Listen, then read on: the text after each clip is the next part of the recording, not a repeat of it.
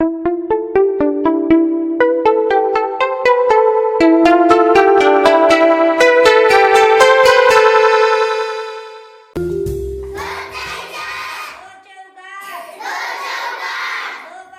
से अनंत तक कहानी गणित की।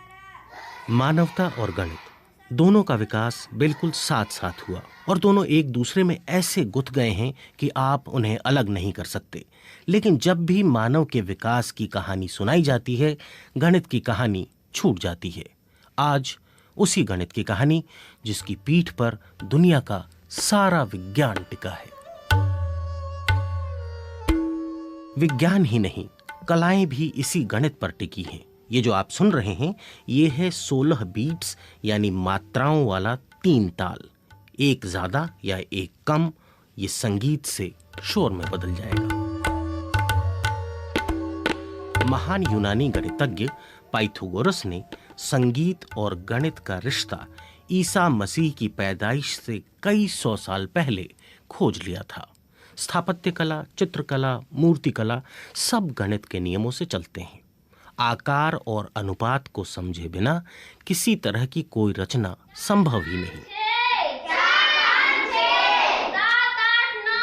वैज्ञानिक बताते हैं कि कौवे से लेकर चिंपांजी तक कई जीव जंतु 5 से 7 तक गिन सकते हैं। इंसान ने पहले कहां और कब गिनना शुरू किया, ये कोई नहीं जानता। लेकिन सबसे पहले लिखने और अंकों को अंकित करने के प्रमाण आज के इराक, जिसे तब बेबीलोनिया कहा जाता था, वहां और मिस्र में मिलते हैं, जहां लोग अंकों को मिट्टी की पट्टी या भोजपत्र जैसे पत्तों पर लिखते थे।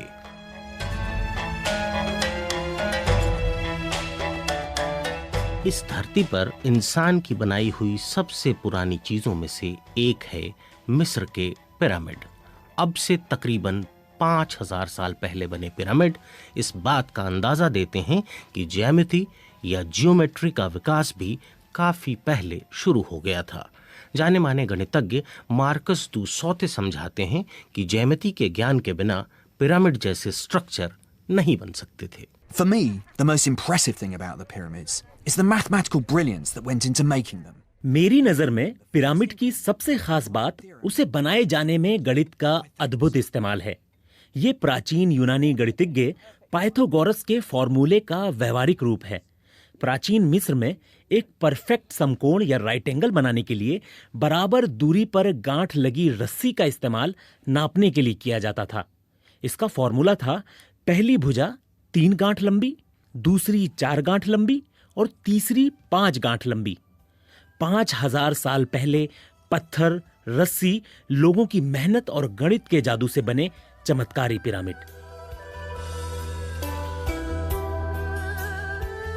मिस्र से करीब 7000 किलोमीटर दूर चीन। गणित की कहानी का अगला पड़ाव, ग्रेट वॉल ऑफ चाइना। हजारों किलोमीटर लंबी दीवार जो सदियों तक बनती रही। चीन की दीवार का पहला पत्थर अब से कोई 2500 साल पहले रखा गया होगा। ऊंची नीची जमीन पर सुरक्षा के लिहाज से मजबूत दीवार बनाना आज के इंजीनियरों के लिए भी चुनौती है। चीनियों के इस कमाल के पीछे भी गणित ही है। गणितज्ञ मार्कस दू saute. The ancient Chinese realized they had to make calculations about distances, angles of elevation and amounts of material. दीवार बनाने के लिए उतार चढ़ाव का एंगल, दूरी और उसमें लगने वाले सामान की मात्रा, इन सब का हिसाब लगाया जाना जरूरी था। इंसान शुरुआत से गिनती के लिए अपनी उंगलियों का इस्तेमाल करता रहा है। चीनियों का गणित बांस के टुकड़ों के सहारे चलता था।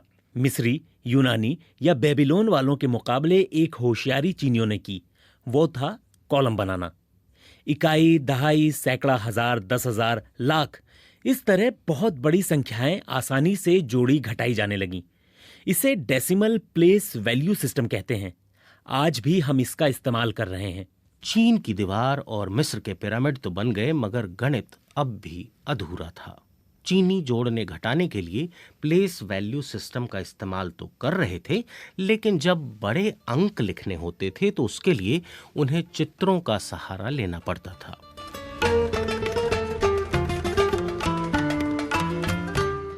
मिस्र, मेसोपोटामिया, बेबीलोन, यूनान चीन हर जगह लोग अपने कदमों, हाथों की लंबाई या बित्ते से नाप तोल कर रहे थे।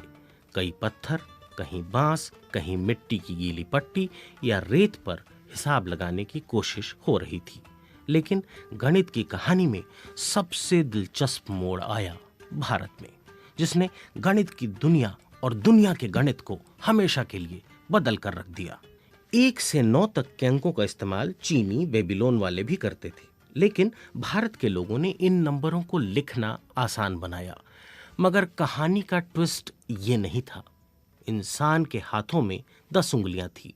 वह 10 और दहाई को भी समझता था, सैकड़े को भी, लेकिन उसे लिखा पहली बार भारत ने, उसे एक अंक के तौर पर भारत ने देखा। मार्कस दुसौते बताते हैं, The Indians transformed zero from a mere placeholder. Bharat ने शून्य को पूरा नया रूप दे दिया।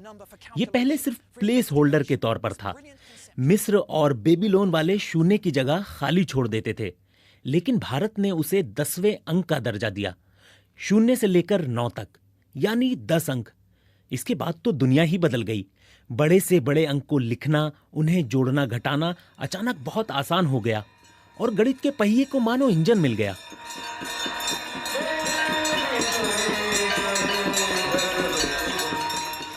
शून्य का विचार भारत के लिए सहज, स्वाभाविक था। उसकी जड़ें हिंदू दर्शन में पहले से मौजूद थीं। मार्कस कहते हैं, In the religions of India, the universe was born out of nothingness, and nothingness is the ultimate Bharat goal. में धार्मिक मान्यता रही है कि सृष्टि की उत्पत्ति शून्य से हुई है और अंत में सब कुछ शून्य में ही विलीन हो जाता है। जब जीरो को एक संख्या के तौर पर स्वीकार किया गया तो उसके लिए नाम पहले से हिंदू दर्शन में मौजूद था, शून्य, यानी कुछ भी नहीं।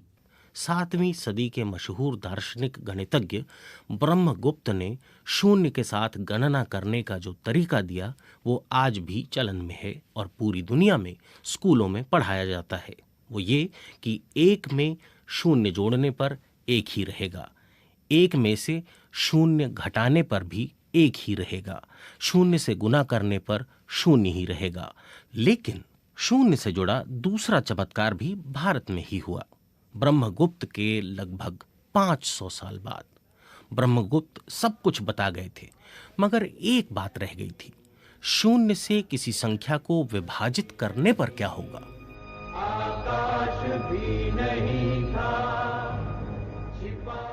इस सवाल का उत्तर दिया 12वीं सदी के एक गणितज्ञ भास्कर ने। उन्होंने बताया कि शून्य से भाग देने पर परिणाम होगा अनंत। ये अनंत भी हिंदू दर्शन की ही कल्पना थी, जिसमें ईश्वर का स्वरूप अनंत बताया गया है। अनंत के आइडिया को कुछ इस तरह समझ सकते हैं। Brahmagupta's rules about calculating with zero are taught in schools all over the world to this day. अगर आप एक फल को एक बार काटेंगे तो वो 2 हो जाएगा। इस तरह 2 से 4, 8, 16 और 32, इस तरह ये क्रम बढ़ता जाएगा और आखिर में जब फल का आकार 0 हो जाएगा, उसके बाद उसे और टुकड़ों में काटेंगे तो अनंत टुकड़े होंगे जिन्हें गिनना संभव नहीं होगा। 0 और अनंत के बाद एक और कमाल भारत में ही होना था। दरअसल भारत दुनिया का पहला देश था जिसके दार्शनिकों ने इस बात को समझा कि अंक सिर्फ गिनने, जोड़ने या घटाने के लिए नहीं हैं, बल्कि वे अदृश्य और अमूर्त इकाइयां हैं जो मानवीय कल्पना की गुलाम नहीं हैं बल्कि स्वतंत्र हैं, उनका अपना अस्तित्व है। यही वजह थी कि भारत ने दुनिया को नेगेटिव नंबर का आइडिया दिया। मार्कस दुसौते कहते हैं कि भारत के गणितज्ञ नेगेटिव नंबर के सिद्धांत से परिचित थे। इस मामले में वे यूरोप से बहुत आगे थे। इसे वे ऋण कहते थे, यानी कर्ज। इसी से शब्द बना ऋणात्मक अंक। जैसे 3 में से 4 घटाने पर क्या होगा? वो 0 नहीं होगा, वो -1 होगा। ये विचार भी भारत का था। Now, a plus b the whole squared, right? Okay. So if I have a line, all right, yes, and I have an arbitrary point over here. समीकरणों यानी इक्वेशन का इस्तेमाल यूनानी, मिस्री, बेबीलोन वाले और चीनी भी कर रहे थे और अपने अपने तरीके से कर रहे थे। अंक गणित, ज्यामिति और समीकरण, ये सब आपको अब जटिल लग रहे होंगे। ठहरिए, एक और जरूरी चीज, जो इन सब से जटिल है, उसका नाम है त्रिकोणमिति यानी ट्रिग्नोमेट्री। सुनिए मार्कस क्या कहते हैं उसके The बारे में। Indian astronomers could use trigonometry to work out the relative महीने में distance 2 between the bar Earth and जब चांद आधा होता है तो वो सूरज के ठीक सामने यानी सीधी रेखा में होता है। उस दिन धरती, सूरज और चांद के बीच एक परफेक्ट राइट एंगल यानी समकोण बनता है। वे नाप सकते थे कि धरती और सूरज के बीच बनने वाला कोण 1 डिग्री का 7वां हिस्सा है। त्रिकोणमिति के साइन फंक्शन से पता चलता है कि 1 डिग्री के 7वें हिस्से का मतलब है 1 का अनुपात 400। इसका मतलब यह है कि धरती से सूरज की दूरी चांद के मुकाबले 400 गुना अधिक है। यानी भारतीय गणितज्ञ धरती पर बैठे बैठे अंतरिक्ष नाप रहे थे।